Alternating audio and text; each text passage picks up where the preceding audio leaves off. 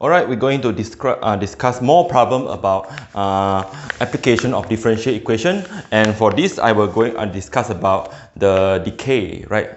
The model of decay models or radioactive decay models.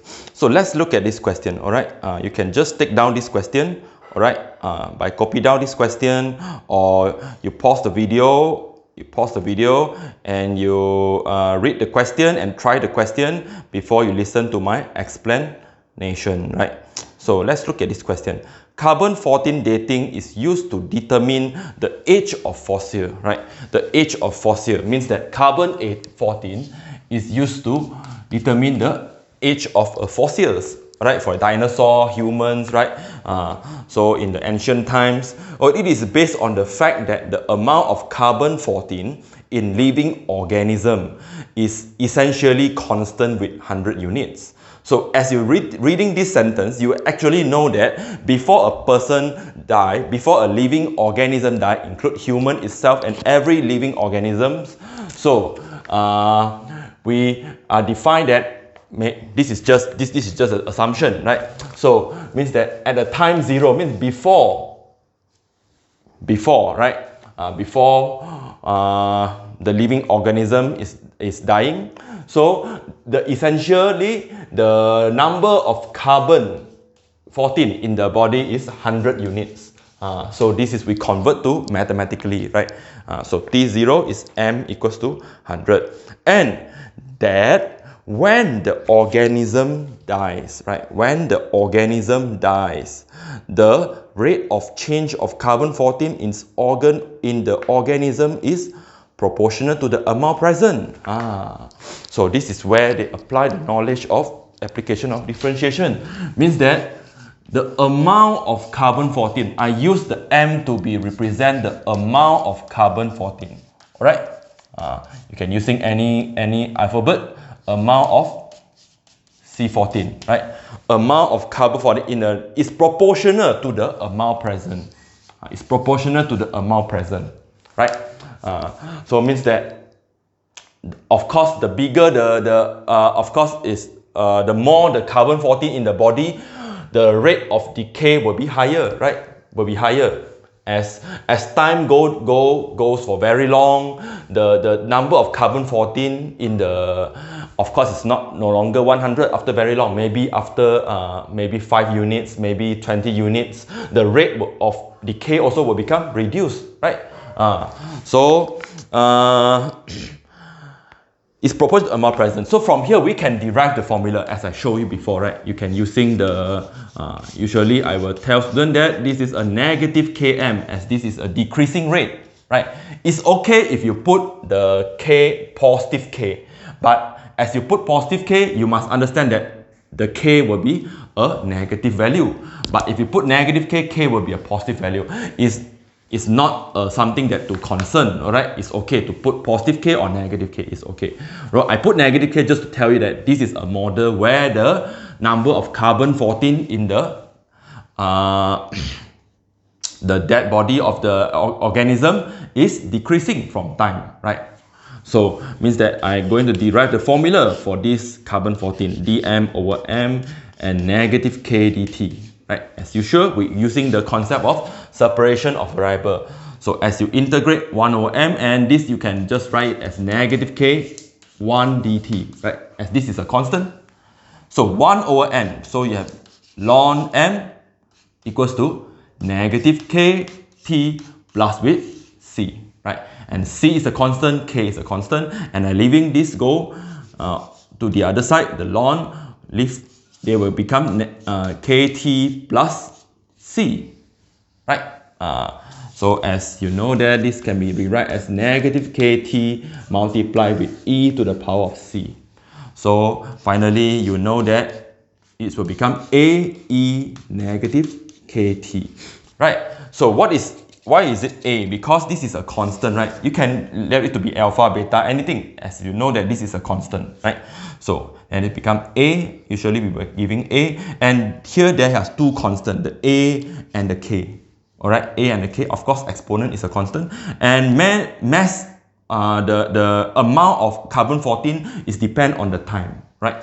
The time. So okay, this is the formula for every decaying object. All right. So okay, if X is the amount of carbon-14 present after X. Okay, they're using okay, I was changing the X to be M. Okay, I'm using M. All right, M to represent the amount of carbon-14 present after time T. Okay, subject to the fact that when T0, the mass of the carbon-14 is 100. The half-life of carbon-14,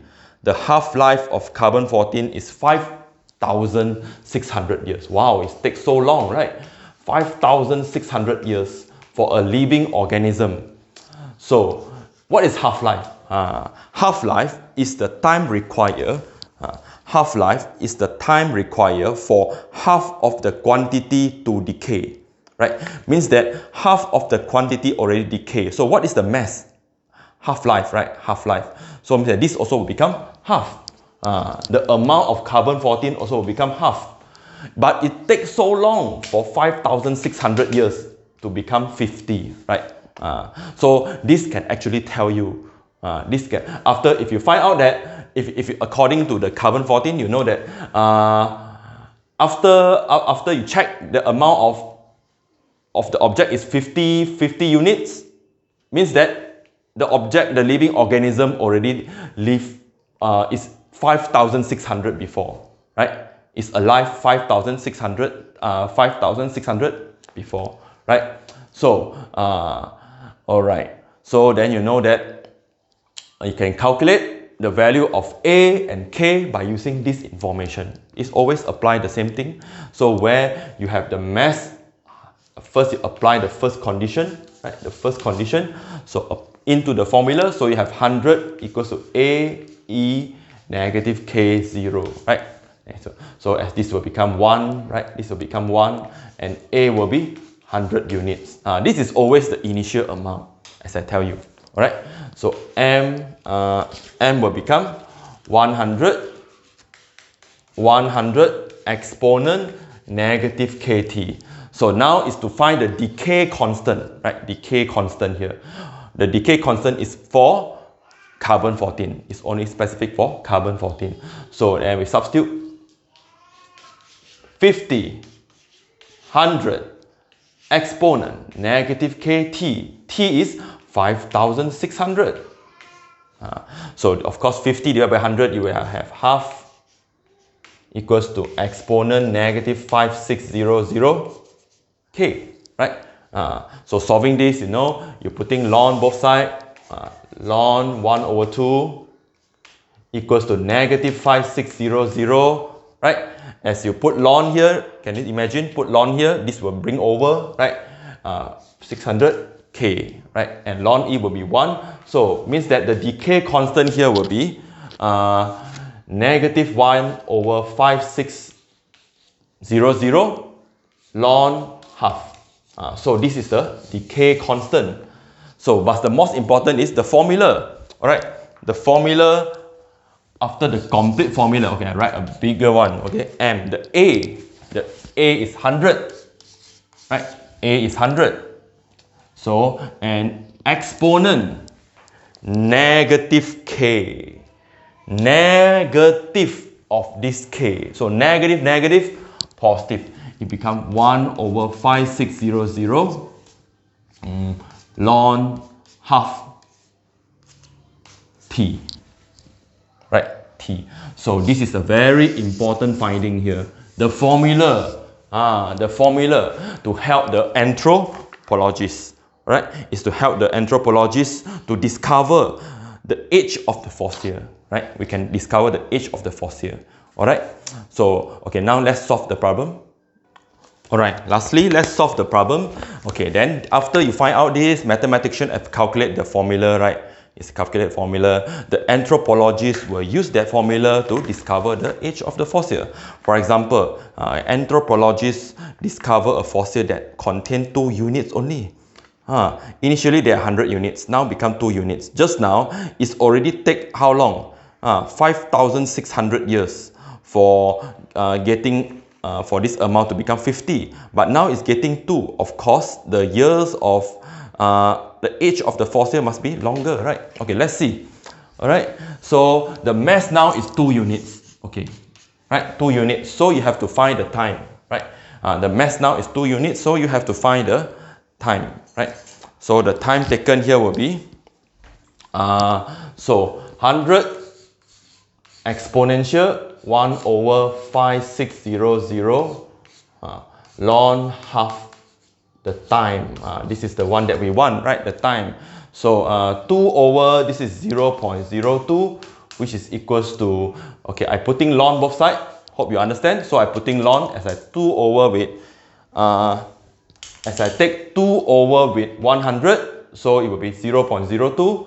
So I put ln both sides so that I can bring this everything over in front, 1600 ln 1 over 2, right? To find the time taken. So let's calculate the time. Alright, after the calculation, we have know like the time taken for the fossil is already 31,000 years old, 605.6 years. Alright, or we can just say that it's around 31,605 years. Right? That's important. So we want to know the age of the fossils. Right? It takes very long, right? So for the carbon-14 to become 0. Alright? So this is another application which in the anthropologists. Alright? So hope you understand. Okay, see you for the next example.